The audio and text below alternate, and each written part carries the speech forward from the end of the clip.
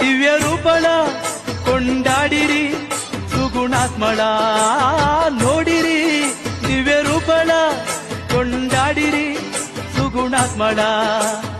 ಅರಿಶಿನ ಕುಂಕುಮ ನೀಡಿ ಕಲ್ಲೆಯ ಹಾರವ ನೀಡಿ ಅಂಗಳೆ ಪಾದಕ್ಕೆ ನಾವು ಶಿರವ ಬಾಗುವ ಆತ್ಮದ ಜ್ಯೋತಿಯ ಹಚ್ಚಿ ಮೋಹದ ದೆವ್ವವ ಚಚ್ಚಿ ಹೃದಯದ ಹೂವನ್ನು ಬಿಚ್ಚಿ ತಾಯ ಬೇಡುವ ಶ್ರೀ ಕಬ್ಬಾಳು ಗುಡಿಯಲ್ಲಿ ಎಲ್ಲ ಕೂಡಿರಿ